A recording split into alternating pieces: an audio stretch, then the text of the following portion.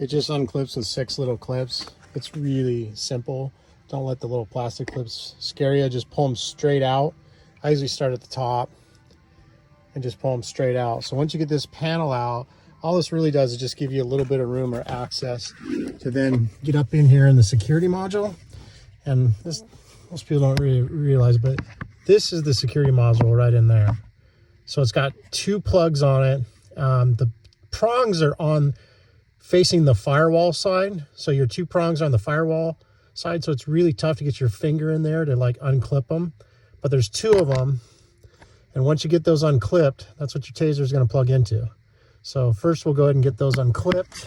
And again, the easiest location to find this these set of plugs that you're going to plug your Tazer in is just go from your OBD2 and go straight above, right above and back about 2 inches, and that's where you're going to find your security module plugs.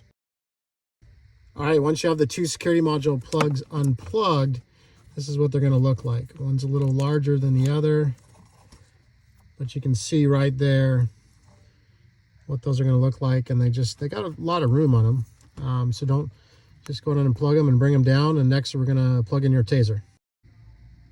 All right, once we got the Tazer plugged in, you'll see the little green light will go red, and then it'll go red, green, and then it'll flash green. Green just indicates it's ready to rock. But once your Tazer is plugged in, then you're ready for the security box. All right, once you got your Tazer installed and ready to go, you're basically now just going to take your supplied security Torx bit and you're going to undo these 2 and split the box open. Next, take your supplied piece of tubing, slide it over both sets of wires. So both sets of wires then are encased when your Tazer is plugged in. If you want, you can put a little piece of electrical tape around there.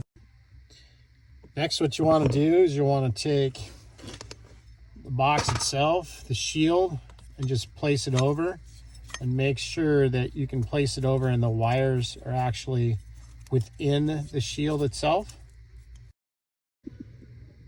Then go ahead and fit your Tazer inside like this. So it'll be fit in the box. Be sure and upload the latest software for Tazer before you do this.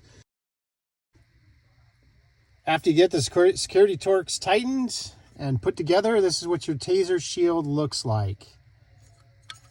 So there's a couple different mounting options to mount the Tazer shield if you'd like. There's a couple of factory bolts on some of the modules here. But this design here, actually, we can put a couple of zip ties through and mount it up underneath here. So we're just going to go ahead and mount it, and then I'll show you where I mounted it.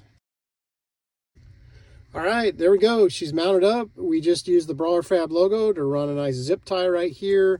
It fits right in this pocket against this support beam. The wires aren't kinked or rubbing or bending on anything, so no issues down the road there. Solid, it's not going to move around, vibrate. Really a nice unit and protected, like the wires are kind of tucked up in here. So even if you unplug this or you cut it, I don't know, you're just rendering the vehicle useless at that point. All right, once you got her all mounted in, you can go ahead and just take your panel back, get her snapped back in, and it's time to marry her up. Good to go. Last step, put this guy in a safe spot. This is your supplied security Torx bit. We'll keep you guessing on the size. You can call us if you really got to know it. But hey, put this in a safe spot. For us, we're just going to put it in the glove box.